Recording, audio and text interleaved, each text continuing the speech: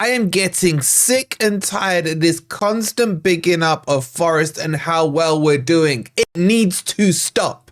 Welcome to my preview for Forest versus West Ham.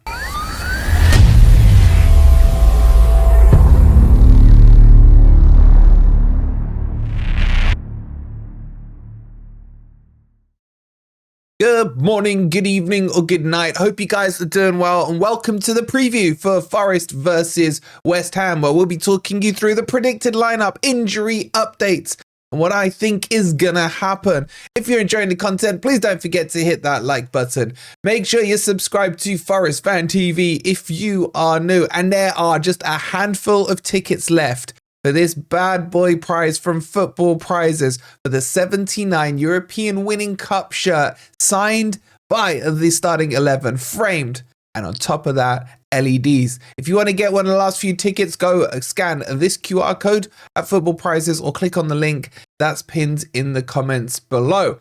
And let's jump into it, guys, because look, we did the preview with Nicky from West Ham Fan TV. Shout out to him. He was really ill, probably from having to watch West Ham. But he still stepped up to do it. If you haven't seen it, check it out. I'll leave it on the end screen after this video. And he was bigging up Forest. And everywhere I look, I was driving around today, listening to Talk Sport. They were bigging up Forest. I went on social media for a couple of minutes. Bigging up Forest, bigging up Chris Wood. And it just makes me nervous. I prefer it when we are under the radar. Look, I like it when people are bigging us up and talking about us. But now it's almost like the narrative has changed. Forest are not underdogs as the hype is right now. Forest are expected to win. And the expectation against West Ham across all the mainstream media now is that Forest are going to win. Shout out to Hannah. She was telling me that even Chris Sutton used to support Forest, said now he's going to start supporting us again. Anyway, each to their own. So the narrative is moving in favour of Forest becoming favourites in a lot of these matches. And I'll be honest with you, I just can't get used to it. I just can't get used to it. It's so ingrained into me that there should be a disaster around the corner. I remember before the Palace game, I was thinking we should win this one. But this is Forest. We won that match. Then we moved on to Leicester, and I'm like, we should win this one. But what about the Cooper thing of it, the local derby? We're going to do a Forest. And we didn't. And now, I'm not going to lie to you, the same thoughts are coming into my mind about this West Ham game.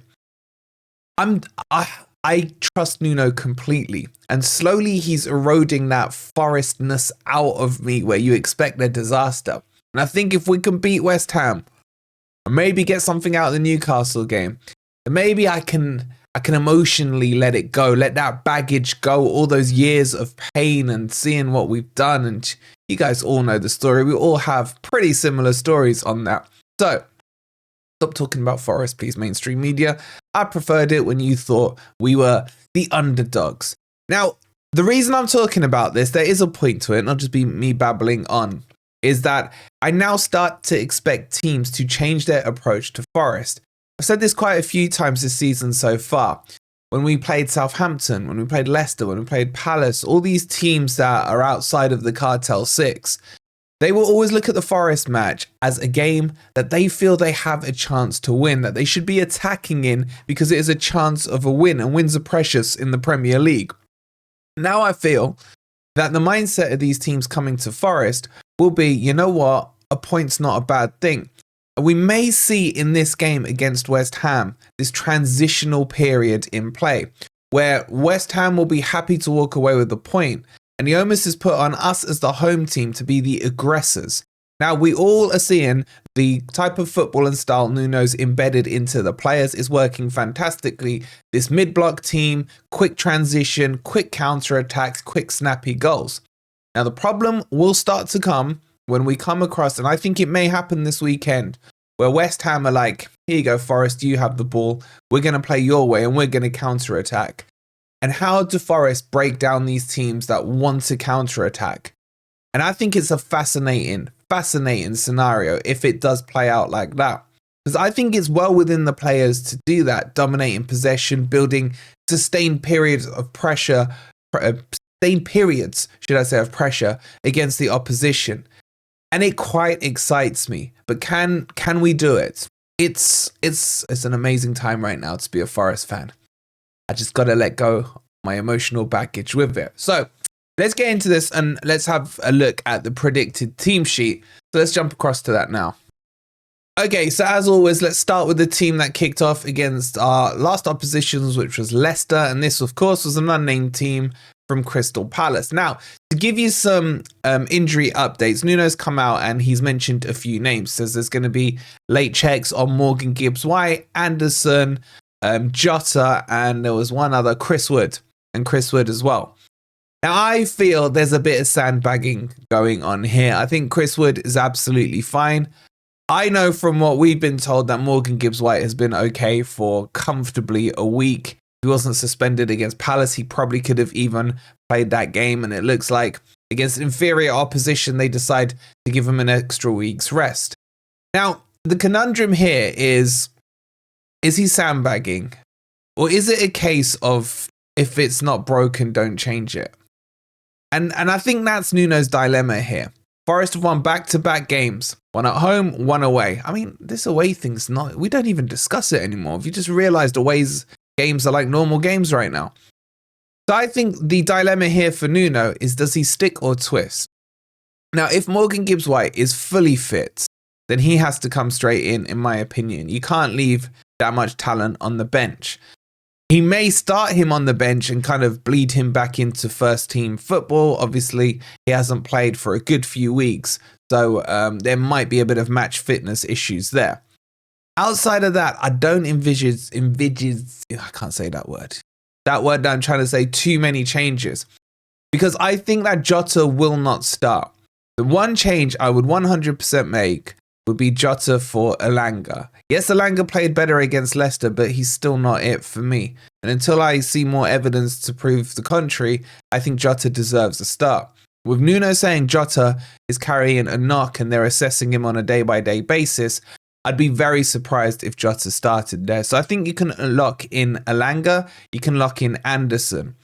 The back four is already locked in. I mean, unless there's any crazy injuries or anything like that, the back four and Sells are going to be starting. So as always, the positions of content are in the 6, 8 and the 10. Now, Ward-Prowse, for those of you who've forgotten, obviously a West Ham player, so he can't play against his parent club this weekend, so we can rule him out for sure. And the thing is, if Morgan Gibbs-White comes in, what you're going to see is probably Dominguez drops, Anderson dropping into the 8 here, and then Morgan Gibbs-White coming into the 10. And I think that would be very harsh on Dominguez. Now that he's been played in his correct position, I've always said he's an 8, and we're seeing his performances over the last week or so. I think that's harsh on him to do, but at the same time, if Forest win, I don't really care. You know, save your feelings and what have you and work harder and force your way into the team.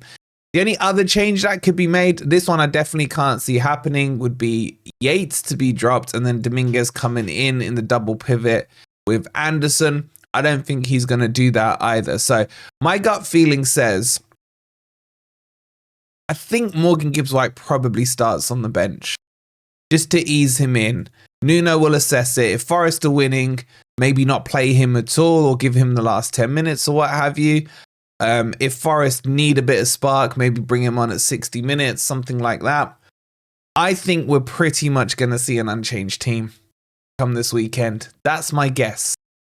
But it's just the Morgan Gibbs-White factor for me. Personally, I would start him if he's fully fit rather than break him in, give him 60 minutes and then bring on a substitute.